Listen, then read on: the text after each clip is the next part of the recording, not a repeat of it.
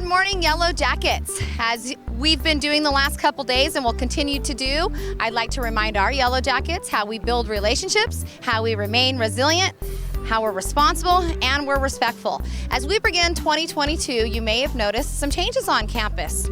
The monument here will no longer be a designated eating area. As you look around our campus, we're encouraging our Yellow Jackets to be responsible and respectful. Please use our designated seating areas out here in the senior lawn, over in the cafeteria, and now in our new designated space underneath the old locker awning.